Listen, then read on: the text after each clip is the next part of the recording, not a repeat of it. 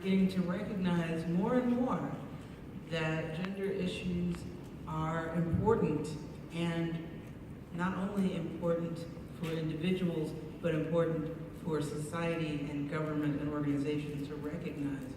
And that means we need to start talking more about how we include different gender expressions in our popular culture, in our media. And since we're at an anime convention and we all love anime, we want to see how that plays out in anime. Sometimes it's good, sometimes the representations are good, and sometimes they're not. But that's what we're here to look at. One thing, though, that is different about anime than other animated material, the Japanese have been long more comfortable with gender fluidity than we are here in the West. So you can look to how they have dealt with it and look into the history of how it came to be and maybe understand a little bit more about ways that we can begin to kind of participate in that same conversation and get a little more, let's say, lightened up about it here in the West. Okay, let me actually, it just occurred to me that not everybody here can see what's about to happen on the screen, and you guys might want to refer to it. So why don't we put this in the middle? How are we going to refer to it? There you go, sorry. Okay. A little bit of switching right now. Now he's on you. Oh, I'm kind of against this issue about being in charge of stuff. Alright, whatever. It's because you're a man. There's 2 steps back for the revolution. Okay. All right, so we can switch now. You can switch it. No, not switch it. Slide. It's like the Keystone Cops or the Three Stooges up here, so you know. All right, here we go. Origins of gender. So we're not really talking about especially the origins of gender, but at least some of the origins of how gender has been handled and gender expressions have been handled in history. So we've noticed during our studies that patriarchal society, and that's society that has men at the head of it or controlling things. We live in one. We live in one. We do live in Japan is one. Most of the ones that you see are around lately. They're always okay with men expressing themselves in different gender expressions. Not always okay with, but it's much more acceptable when men say, oh, I want to step out of this role into another one, maybe momentarily, maybe permanently. There's some examples. Let you guys talk about some of the examples. Well, one example, of course, that always stands out when we're thinking about the fact that men have been given the power to express themselves alternately or to express themselves more broadly than just the usual heterosexual way that we often hear about is, especially most well known in Western culture, is the Greek society in which young men were groomed by older men by entering into relationships with them. Basically what would happen there is simply that an older man would become attracted to a younger man, and at that point he would take him under his wing, and that relationship could be sexualized, or it could simply be so close as to almost appear to be sexualized, simply erotic. But also in the samurai culture, they fostered strong homosexual relationships among men as well. And so this is actually, I think, one of the places where philosophically you want to kind of look at the fact that men being given this broader socio-political structure to be able to express themselves in. On the one hand, it gives them a bigger range of expression, but at the same time, it begins to hone in and enclose sexual expression as masculine or feminine, and that generally means very much closing in on women and not really understanding what their expressions with each other might be in this kind of like patriarchal organization of a what would you want to call it, a binomal or bipolar, masculine or feminine. Yeah, binary. That's the one I want. Yeah, but the Binary women's system. but the women's experience was basically not really recorded, not really paid much attention to it all. And I might add that this was in the Greek culture and in the samurai culture, this was mostly upper class. Okay, this was upper class deal, the wealthy people, right? Not the commoners. It was acceptable for the wealthy people, the one percenters, right? So women's were more private. Men were in charge of society, and their relationships actually were organized publicly. Women's relationships were organized privately. Some of these things don't seem to be that different, but this is actually where you begin to see the idea of gender as social construct, right? Especially insofar as men in their socio-political dealings, being out in the public and doing the things that they do out in the public, the women get lost to history, how they interacted with each other, and everything inside of the binary. It was permitted and even encouraged for women to have very, very close friendships, but anything else that went on kind of looked the other way. There might have been assumptions that it was erotic or romantic, but to the outer world, it was friendship. Okay, let's look at some more examples. Our Native American cultures that we have not paid a lot of attention to because we always pay attention to European Christians. Well, they had a lot of different ideas about gender than Europeans did and Christians did. And for example, some of them actually recognize more than 2 genders, and some as many as 5. And because of that, they were able to have broader gender expression without social condemnation. All of that, of course, got ruined when Europeans came and forced everybody to take on a more Christian model. A number of different kinds of Christianity, but all with the same kind of very strict gender and sexuality boundaries. That's actually a picture of a man and his wife, but they're both dressed as women.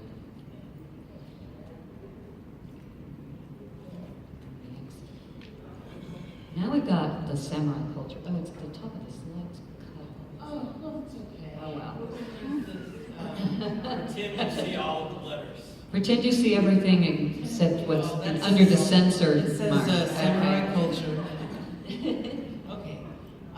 We have, in samurai culture, we've already mentioned that there was this camaraderie that extended to sexual and romantic behavior among samurai, and sometimes between a master and servant kind of situation. It was called Shudo, but it was short for Wakushudo, which is the way of young men. Meaning the way of let's go look for the young men. Samurai This is the way we culture. look for Those young are all. men. That's all men in those. These are all men, in those and scrolls. if you're not certain, I rest assured that we looked under that censored thing, and they're both men. But these are men engaging in this kind of socially acceptable homosexual romance within that culture. And of course it starts out being just acceptable among the upper classes, but just as everything else does, once the rich people start doing it, everybody wants to do it. And it does begin to hit the middle classes, especially as the economy gets better and people are able to have their own businesses, and then these merchants get money, and then they want to have a young male companion, and prostitution begins to rise in these areas. And Yeah, this is particularly the Edo period. this is too. the Edo period. And after that, we see a crackdown. And right now, the ability for people to be out and open in Japan is oddly enough not as easy as it was in the Edo period. But then again, you'd have to be in one of these social classes in order to make that work. Well, it's also interesting, of course, in these kind of terms, that it's the interaction in the Meiji period with the West that begins to lead to these kinds of. There's something about the westernizing need to what's a good way to say this? The westernizing need to legislate behavior, and for everybody to fit inside of the legislative bureaucratic conception. That then, even in its interaction with other cultures, it doesn't necessarily, even in the sense when we say force, you might say persuades them for diverse reasons to go in the same direction. That leads to in the history of sexuality, in the history of gender, in the history of a number of ways of human beings interacting with each other from themselves to themselves.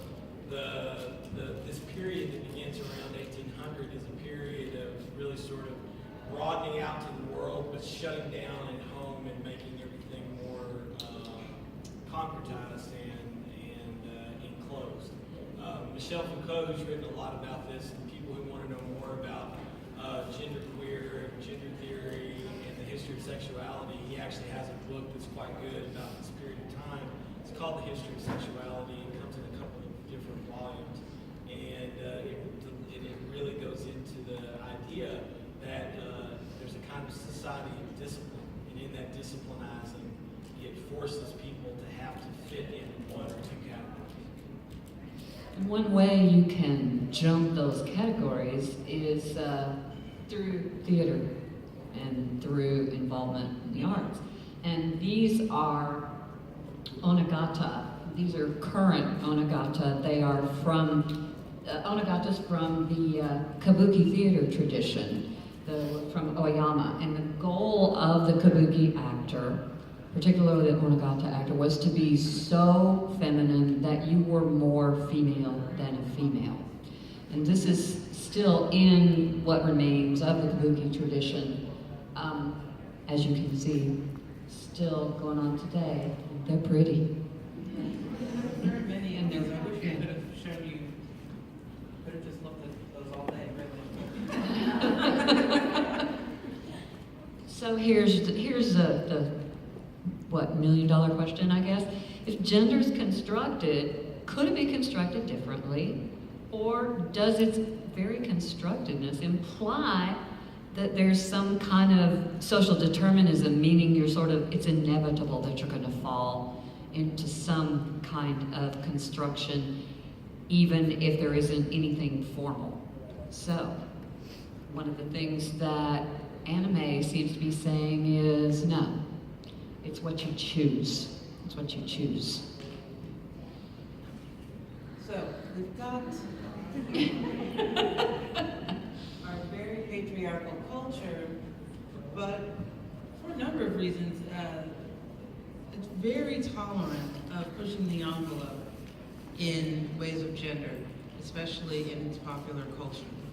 Not usually as much in actual culture, but in popular culture, we can explore these areas, and we notice that just as it is here, a lot of times the popular culture does inform our regular culture, and as we see more things that push the boundaries in popular culture, our actual culture's boundaries get pushed a little bit too, because not only does popular culture reflect culture, it also instructs, Creates. So, we're going to start with a little discussion of crossplay, but what we're going to be doing here is we're going to be looking at different types of gender expression, some of them more superficial, some of them more substantial, and we're going to discuss how they're handled in the different anime and manga that they come from, and maybe what that means for people who view them and people who consume the cultural product. Okay? So, why don't you... Well, we've got, God, I went blank on his name. Princess Jellyfish, our cross-playing young man who meets Princess Jellyfish because her jellyfish is dying. I don't know. Any of you seen Princess Jellyfish? Just a few of you. Can you remember his name? I'm going completely blank on his name. Chronos, thank you. And much to her surprise, she is a he and spends the night in her room, and hilarity ensues. But his reason for cross-dressing is A, he wants to be a designer, and B, it's in memory of his mother, who is dead and who used to dress up, and he loved to watch her dress up and loved being in her dressing room with all of her beautiful clothes. Then we have a different reason for cross-playing, and that's our friend Haruhi from Orin High School. Orin High School Host Club.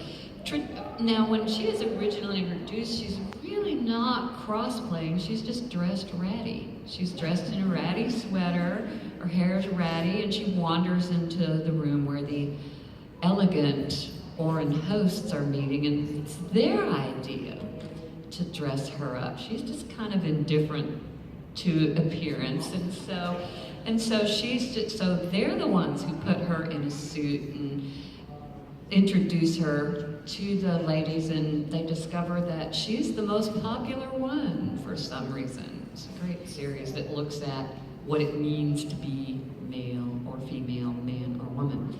Oh, you want to do Princess?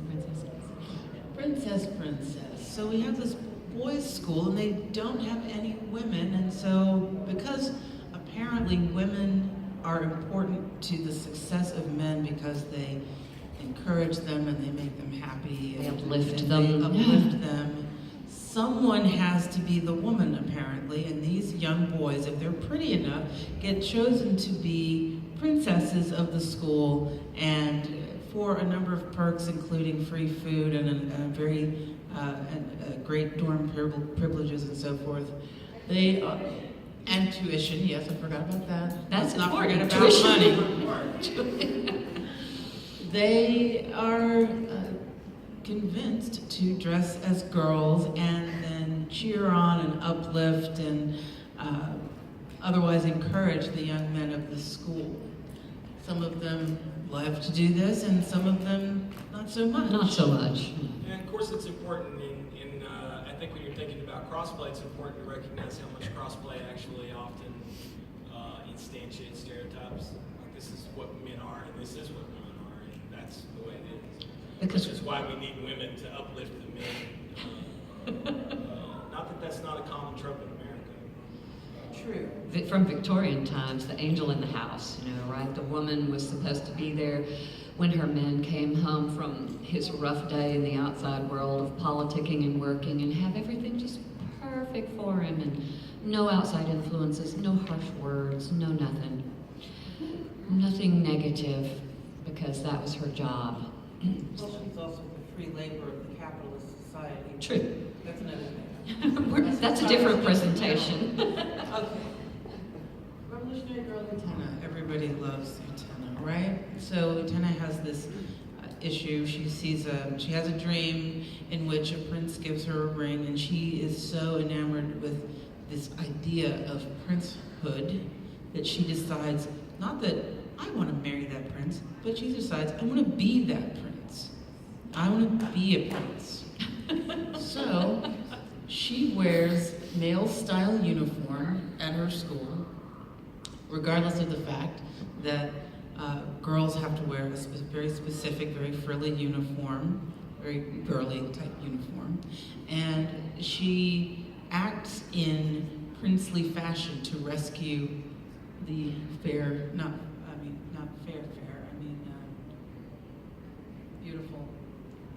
beautiful maiden. Well, she's not fair complected, but she is the fair maiden. It's like, why do you say fair maiden? That's not the fair maiden. Okay, yes. But she becomes the rescuer of a princess, just as a prince would be. And so this obviously complicates the idea of what women can and cannot be. What is a prince? What can you do in this gender binary, gender stratified society? I'm going to break that pattern. So you see some of these, we do have the character breaking a pattern in the gender hierarchy. And the boys and the girls both love her. So she's, it's the girls swoon over her, and so do the guys. So it's a win-win situation. And here's Princess Sapphire from Princess Night. Notice that she's wearing a princely type costume. She doesn't act as if she's a woman. In fact, she denies she's a woman. She does not think she is a boy. She knows she is a woman. However, she projects herself as a man because her family wants her to do this, because otherwise a woman, they won't have an heir. So when she was born, it was announced that a boy had been born, and she's been raised as a boy, but not because she wants to be a boy. So this is one major distinction that we have in the issue of crossplay, is that we're not looking at people who want to be another gender. We're looking at people who are cis men and women who are choosing, for whatever reason, to dress in a different way. And it does cross the social gender's boundary. and there we are again. Oh, I put it there. Thank you. I always forget people's names, but Ryoji Fujioka, this is, if you didn't know, this is Haruhi's father. And you know, at this point, the apple doesn't fall far from the tree. Ryoji, again, is a cisgender male, but he chooses to dress as a woman. He is an okama, which is a performer. He's a female dress performer. And he does also dress that way sometimes in regular life, but sometimes not. So again, he's crossing a social boundary, but he hasn't actually crossed like an internal identity. And part of the reason, of course, that he did choose to dress this way sometimes at home was because she doesn't have a mother. So he was trying to be mother and father to Haruhi. A question, comment?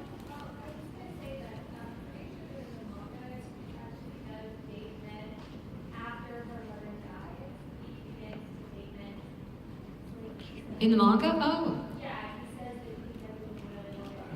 that he doesn't. They don't show that in the anime. Do they? Wow, okay. Thank you for that. That puts a different spin on things. It's not. He's still a cisgender. He's still cisgendered though, yeah. So. And I think like in he was talking about at some point about how he's working with guys in bars. Say again? Well, that's because it's part of his job too, because he's, That's part of it. he's working as a hostess. But he doesn't have any, he's under no impression that he should be a woman, right? He's still a cisgender.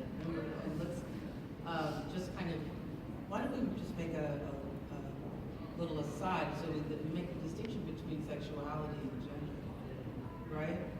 So sometimes, I mean, and gender expression often has something to do with sexuality, or people's sexuality sometimes informs their gender expression, right?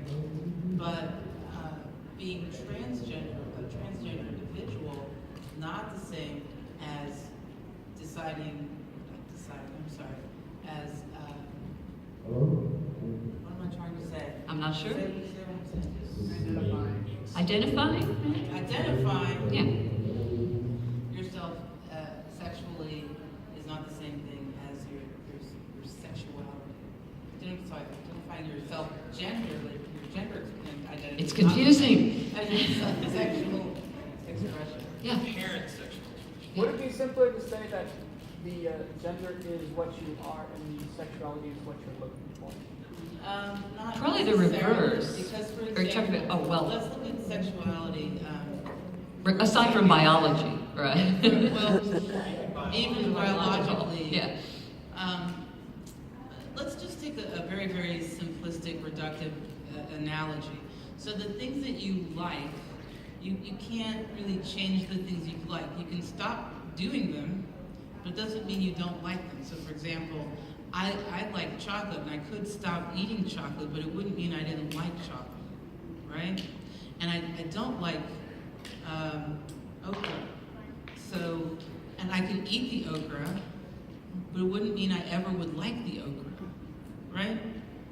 Okay, so what we like comes from a lot of different biological factors, and I know this is very reductive. Please just understand I'm being very reductive to make a point, but what we like is one thing. So what we like gustatorily or sexually is something that is not about who we are as a person, right? I'm not a chocolate lover. Chocolate, oh, you're a chocolate lover, right? Like you can say something like that and make a thing about it. But that's not the sum total of my individuality. That's your preference for one thing. It's my preference.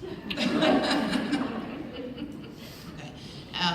However, who I am as a person, well, that's a whole other thing, and I just don't want us to conflate the two, or to make light of one or another, or to weigh one over another. But they do work sometimes in tandem, right? Does that make sense? Yeah.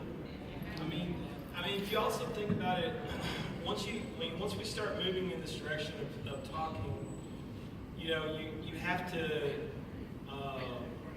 A lot of the public discussion begins to become about nature, or it begins to become about biology, and that's why you have to be really careful in recognizing someone trying to make a point in admittedly saying things in an over-reductive way to try to get the point out. When you start talking about nature and you start talking about biology, and it's an interesting schizophrenia that happens in society, because a lot of people who normally would want to say that human beings have been given free will, and human beings have been given a great deal of choice and freedom, and that's what makes them human. They quickly want to shut down when you start talking about these ideas. They want to shut things down back to nature as determined and biology as determined. So then the real issues that begin to come to the fore that are dealt with, I think, pretty well in a number of animes, are what does it mean to come to an existential realization of your identity, and to not be fitting into the reductions that have already been pre-conformed for you, the determined sets that have already been made for you, so that you fit into a certain taxonomy, you fit into, especially when that has to deal with the way that it has to deal with certain accidents